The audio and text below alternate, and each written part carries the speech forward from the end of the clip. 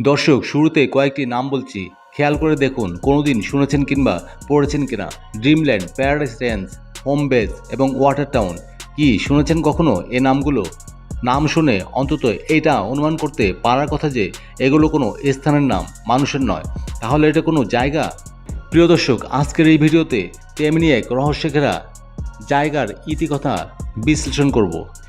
Area 51 যুক্তরাষ্ট্রের একটি জায়গার নাম। যদি শুনে থাকেন তাহলে বলবো, উপরের উল্লেখ করা সেই 4টি নামও আসলে এই এরিয়া 51-এরই অন্য নাম। যুক্তরাষ্ট্রের বিমান বাহিনীর অত্যন্ত গোপনীয় এই ফ্যাসিলিটির অবস্থান যুক্তরাষ্ট্রের নেভাডা অঙ্গরাজ্যের দক্ষিণাঞ্চলে। এখানে বর্তমানে ঠিক কোন বিষয় নিয়ে গবেষণা চলছে তা জানার কোনো উপায় নেই। তবে ইতিহাস বলে যে বিভিন্ন এয়ারক্রাফট ও ওয়েপন সিস্টেম নিয়েই পরীক্ষা নিরীক্ষা চালানো হয় এই জায়গাটিতে। প্রিয় দর্শক, ভিডিওটি সম্পূর্ণ দেখুন, লাইক শেয়ার কমেন্ট করুন এবং পরবর্তী ভিডিও আপলোড হওয়ার সাথে সাথে দেখার জন্য চ্যানেলটিকে সাবস্ক্রাইব করুন। বিজ্ঞানপ্রেমী অথচ এরিয়া 51-এর নাম শোনেনি এমন মানুষ খুঁজে পাওয়া মুশকিল। যারা বিজ্ঞান ভালোবাসেন কিংবা কল্পবিজ্ঞান যাদের আকর্ষণের বিষয়, তাদের কাছে রহস্য ঘেরা এই স্থানটি সম্পর্কে জানার আগ্রহের শেষ নেই। আমেরিকার নেভাডা স্টেটের দক্ষিণে লাস ভেগাস থেকে 150 কিলোমিটার উত্তর পশ্চিমে পাহাড় ঘেরা মরুভূমির মধ্যে আছে Nevada state and training range, আধুনিক মরণাস্ত্রের সবচেয়ে বড় পরীক্ষাগার। প্রচলিত তথ্যমতে এই স্থানটিতে আমেরিকা 500-রও বেশি পারমাণবিক বিস্ফোরণ ঘটিয়েছে। আমেরিকার ভূখণ্ডে থাকা সবচেয়ে সুরক্ষিত কিছু জায়গা যেমন পেন্টাগন, হোয়াইট হাউস, নাসার সদর দপ্তর ও বিভিন্ন লঞ্চ প্যাডেও অনুমতি নিয়ে সাধারণ মানুষ প্রবেশ করতে পারলেও এরিয়া 51-এর আশেপাশে মিডিয়া বা জনগণের প্রবেশাধিকার একেবারে নিষিদ্ধ। অদ্ভুত ব্যাপার হচ্ছে, নিষেধ থাকা সত্ত্বেও জায়গাটিতে নেই কোনো সীমানা প্রাচীর। তবে চারিদিকে খোলা বলেই এই জায়গায় মন চাইলেই প্রবেশ করতে পারবেন সে আশার গুড়েবালি। কঠোর সিকিউরিটি ব্যবস্থা, গিরগিটির মতো ছড়িয়ে থাকা হাজারো সশস্ত্র সৈনিক, অত্যাধুনিক ড্রোন এবং সিসি ক্যামেরা দ্বারা সার্বক্ষণিক নজরদারি, মোশন সাউন্ড, লেজার ও স্মেল ডিটেক্টর সহ রয়েছে অদৃশ্যমান সিকিউরিটির ব্যবস্থা। তাই তো নোটিশ টাঙিয়ে বড় করে লিখে দেওয়া হয়েছে, use of deadly force authorise, যা জানান দেয় নিষেধ সত্ত্বেও প্রবেশের চেষ্টা করলেই মৃত্যু নিশ্চিত। কিন্তু কেন এই নিরাপত্তা? কি আছে এর ভেতরে? এমনকি গবেষণা চলছে সেখানে। এরকম হাজারো প্রশ্ন আজও দানা বেঁধেছে মানুষের মনে। তবে সে প্রশ্নের উত্তর জানার চেষ্টা করা মৃত্যুকে আলিঙ্গন করার শামিল। স্থানটিকে ঘিরে মার্কিন সেনাদের অস্বাভাবিক মাত্রার সুরক্ষা ব্যবস্থা বিশ্বজুড়ে সন্দেহ এবং কৌতূহল বাড়িয়ে দিয়েছে। অনেকে ভেবে থাকেন এখানে মার্কিন সরকার বিশ্বব্যাপী নিজেদের আধিপত্য বিস্তারের লক্ষ্যে কাজ করে যাচ্ছেন। তবে বিশেষভাবে প্রচলিত আছে বিশ্ব ব্রহ্মাণ্ডে থাকা প্রাণের সন্ধানে কাজ করছে এই স্থানটি। এলিয়েনদের যাতায়াতের গুজব সহ রয়েছে হাজারো জল্পনা কল্পনা। এছাড়া শোনা যায় বিভিন্ন ধরনের এয়ারক্রাফট ও ওয়েপন সিস্টেম নিয়েই পরীক্ষা নিরীক্ষা চালানো হয় এই জায়গাটিতে। শুরু থেকেই গোপনীয়তার দুর্ভেদ্য চাদরে মোড়ানো বলে এরিয়া 51 নিয়ে রহস্য ঘনীভূত হয়েছে দিনকে দিন। জমাট বাঁধা এ রহস্য থেকেই কালক্রমে জন্ম নিয়েছে বেশ কিছু কনস্পিরেসি থিওরিগুলো কিভাবে এলো এবং বর্তমানে সেখানে কি চলছে তারও উত্তর খোঁজার চেষ্টা করা হবে আজকের এই পর্বে। তবে চলুন দেরি না করে এলিয়েন, ইউএফও, চাঁদে অবতরণ ইত্যাদি নিয়ে কনস্পিরেসি থিওরিগুলোর সাথেই পরিচিত হওয়া যাক আগে। 1989 সালের কথা। বব লাজার নামে এক বিজ্ঞানী দাবি করে বসেন যে তিনি কিছুদিনের জন্য এরিয়া 51-এরই একটি অংশে কাজ করেছিলেন, যার নাম S4। সেই জায়গাটি এতটাই গোপনীয় যে ওই প্রজেক্টে তিনি এবং তার অন্যান্য সহকর্মীদের যে বাসে করে নেওয়া হয়েছিল তার জানালাগুলো বন্ধ ছিল, যাতে করে তারা যাতায়াতের রাস্তা মনে রাখতে না পারেন। S4-এর বিমান ছাউনিতে লাজার এমন সব ফ্লাইং সসার দেখেছেন যেগুলো কোনোভাবেই পৃথিবীতে তৈরি হতে পারে না বলে দাবি লাজারের।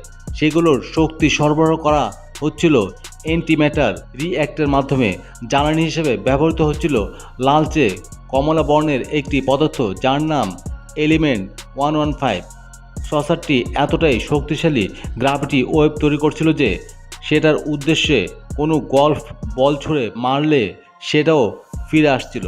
লাজারের মতে সামরিক খাতে ব্যবহারের উদ্দেশ্যে যুক্তরাষ্ট্রের সরকার রিভার্স ইঞ্জিনিয়ারিং মাধ্যমে তৈরি করছিল ইউএফও। দুর্ভাগ্য বলতে হবে লাজারের, একবার বন্ধুদের নিয়ে তিনি লুকিয়ে সেসব সসারের টেস্ট ফ্লাইট দেখতে গিয়ে ধরা পড়ে যান। এরপরেই তার চাকরি চলে যায়।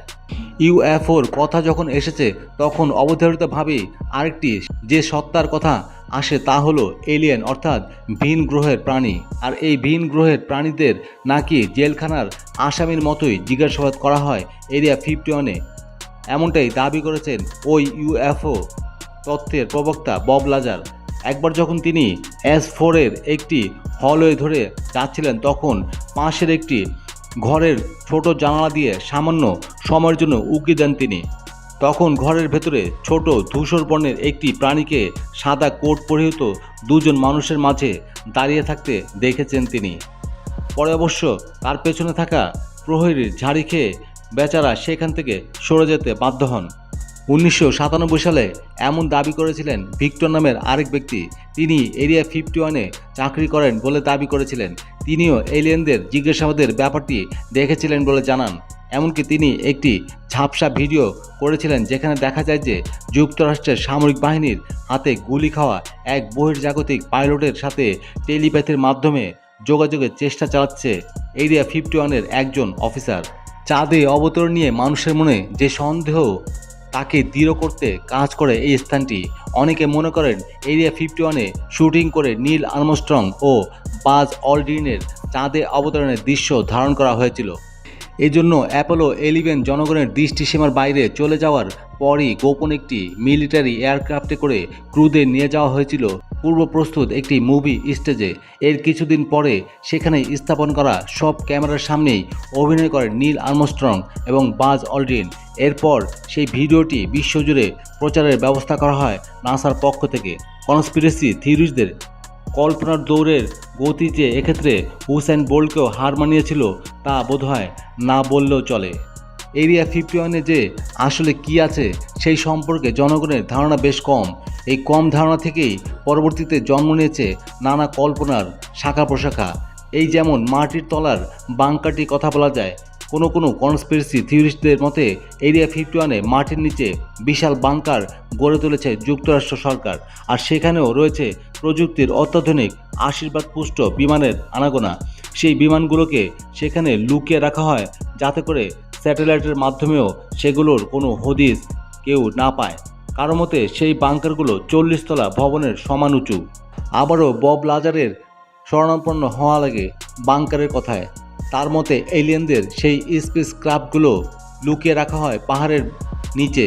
সেই বাংকারের প্রবেশপথে রয়েছে বিশাল বড় দরজা যার ডিজাইন আশেপাশের মাটির মতোই করা। ফলে দূর থেকে দেখে একে পাহাড়ের অংশই ভাববে যে কেউ। এখন যে কনস্পিরেসি থিওরির কথা বলবো সেটা শুনলে আশ্চর্য হবার পাশাপাশি বেশ মজাও লাগার কথা। কারো কারো মতে এরিয়া 51-এ আসলে একসাথে কাজ করছে আমেরিকার সরকার এবং ভিন গ্রহের প্রাণীরা। তাদের ধারণা অনুযায়ী সেখানে দুই পক্ষের মিলিত প্রচেষ্টায় মানুষ ও এলিয়েনদের এমন সংকর প্রজাতি বানাতে কাজ চলছে যাদের দেখলে মনে হবে তারা মানুষ, কিন্তু শারীরিক ও মানসিকভাবে তারা হবে সেই এলিয়েনদেরই মতো। তারাই নাকি ভবিষ্যতের পৃথিবীতে নেতৃত্ব দেবে। অনেকে আবার কল্পনার ডানাকে আরও অনেক দূর প্রসারিত করে বলে যে এখানে যে সংকর প্রজাতির জন্ম দেওয়া হচ্ছে তারা আসলে এলিয়েন নিয়ন্ত্রিত। ভবিষ্যতে যদি কোনো কারণে অঙ্গ প্রতিস্থাপনের দরকার পড়ে তাহলে এলিয়েনরা গবেষণাগারে জন্মানো এইসব সংকর প্রাণীর অঙ্গই ব্যবহার করবে। আমেরিকার ন্যাশনাল সায়েন্স ফাউন্ডেশনের তথ্য মোতাবেক গত শতাব্দীর 40-এর দশকের শেষের দিকে যুক্তরাষ্ট্রের সেনাবাহিনী মেঘের পরিবর্তন করে বৃষ্টিকে অস্ত্র হিসেবে ব্যবহার করা যায় কিনা তা নিয়ে পরীক্ষা চালিয়েছিল। আবার 1962 থেকে 1983 সালের মধ্যবর্তী সময়ে national oceanic and atmospheric administration ঘূর্ণিঝড়ের গতিবেগ কমানোর জন্য কাজ করেছিল, যদিও তাদের সেই গবেষণা ততটা ফলপ্রসূ হয়নি।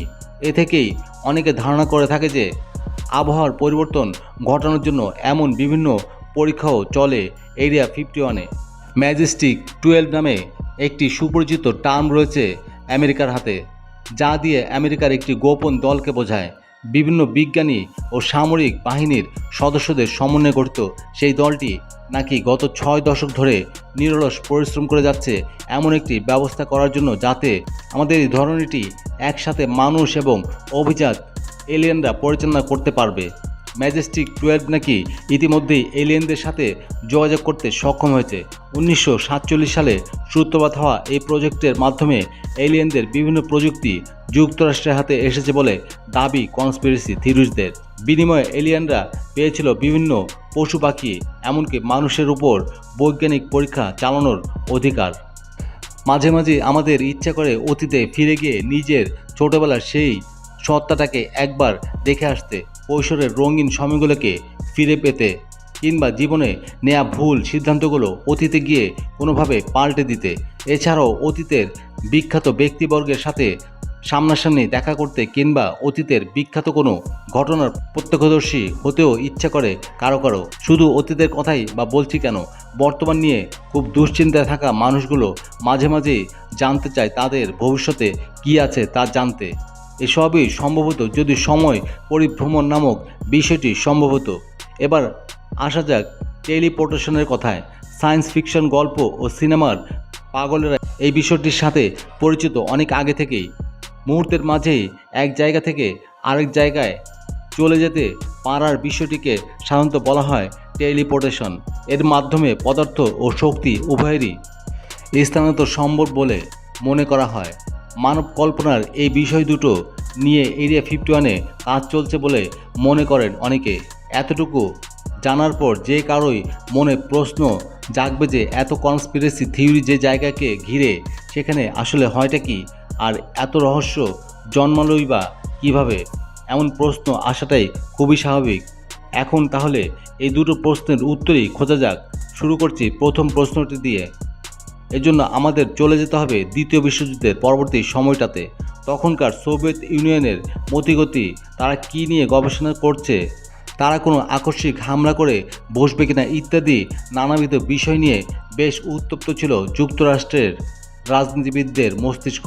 50-এর দশকের শুরুর দিকে সোভিয়েত ইউনিয়নের বিভিন্ন বিষয়ে তথ্য সংগ্রহের জন্য অপেক্ষাকৃত নিচু দিয়ে উড়ে যাওয়া বিমান পাঠায় যুক্তরাষ্ট্র। তবে সোভিয়েত বাহিনীর হাতে সেগুলো ভূপাতিত হবার আশঙ্কা ছিল। অবশেষে 1954 সালে যুক্তরাষ্ট্রের তৎকালীন প্রেসিডেন্ট এক গোপন প্রজেক্টের অনুমোদন দেয়। সেই প্রজেক্টেরই লক্ষ্য ছিল এমন এয়ারক্রাফট বানানো যেগুলো অনেক উচ্চতা থেকেও শত্রুপক্ষের বিভিন্ন বিষয়ে নজরদারি করতে পারবে। এই প্রোগ্রামের ফসল হিসেবেই পরবর্তীতে তারা তৈরি করেছিল EU-2 স্পাই প্লেন। এই প্লেনগুলোর চালানোর প্রশিক্ষণ ও পরীক্ষা নিরীক্ষা চালানোর জন্য দরকার ছিল লোকালয় থেকে দূরবর্তী গোপন কোনো জায়গা। শেষ পর্যন্ত নেভাডা মরুভূমির দক্ষিণে গ্রুম লেকের কাছাকাছি এলাকায় সন্ধান মেলে পছন্দনীয় সেই জায়গার। এই জায়গাটি আজ সকলের কাছে এরিয়া 51 নামে পরিচিত। 1955 সালের জুলাই থেকে EU-2 স্পাই প্লেনের টেস্ট ফ্লাইট শুরু হয়। মজার ব্যাপার হলো, এর অল্প কিছুদিনের মাঝেই যুক্তরাষ্ট্রের বিভিন্ন জায়গা থেকে UFO দেখার দাবি করতে শুরু করে লোকজন। এর পেছনের কারণটা অবশ্য বেশ মজার। UFO দেখতে পাওয়ার দাবি করা মানুষগুলোর অধিকাংশই ছিল কমার্শিয়াল এয়ারলাইনের পাইলট। তৎকালে এরোপ্লেনগুলো সাধারণত 10,000 থেকে 20,000 ফুট উচ্চতা দিয়ে উড়ত। মিলিটারি এরোপ্লেনগুলো উড়ত আরও উঁচু দিয়ে, প্রায় 40,000 ফুট উপর দিয়ে। অনেকেই ধারণা করত যে মানুষের তৈরি কোনো এরোপ্লেন এত বেশি উঁচু দিয়ে উড়তে পারবে না। আর ঠিক এই জায়গাতেই লেগে গেল যত গোলমাল, কারণ EU-2 প্লেনটি উড়ে যেত 60,000 ফুটেরও বেশি উচ্চতা দিয়ে। ব্যাস, এখানেই মানুষের মনে ঢুকে গেল অবিশ্বাস। তাই তো মানুষ বলতে লাগলো, এটা মানুষের বানানো হতেই পারে না, এটা অবশ্যই এলিয়েনদের বানানো কোনো UFO। বিমান বাহিনীর ঊর্ধ্বতন কর্মকর্তারা অবশ্য জানতেন যে UFO দাবি করা জিনিসগুলো আসলে তাদের গোপন প্রজেক্টের EU-2 স্পাই প্লেন। কিন্তু এই সত্যটি জনসম্মুখে বলা বারণ ছিল তাদের জন্য, কারণ এটি ছিল একটি টপ সিক্রেট প্রজেক্ট। ফলে লোকমুখে ছড়াতেই থাকে UFO দেখতে পাওয়ার সেই সব ভিত্তিহীন দাবি। 50-এর দশকের শেষের দিকে অপারেশন স্থগিত করা হলেও এরিয়া 51-এ চলতে থাকে অন্যান্য আরও স্টেলথ এয়ারক্রাফট নিয়ে গবেষণা। মানুষ আশায় আছে কোনো একদিন হুট করে মুখ খুলবে আমেরিকান গোয়েন্দা সংস্থা CIA, জানাবে দীর্ঘদিন ধরে চলা রহস্যে গড়া এই স্থানে চলমান কীর্তিকলাপের কথা। দূর হবে মানুষের মনের শত প্রশ্ন আর জল্পনা কল্পনার। ততদিন আড়ালেই থাকুক এরিয়া 51।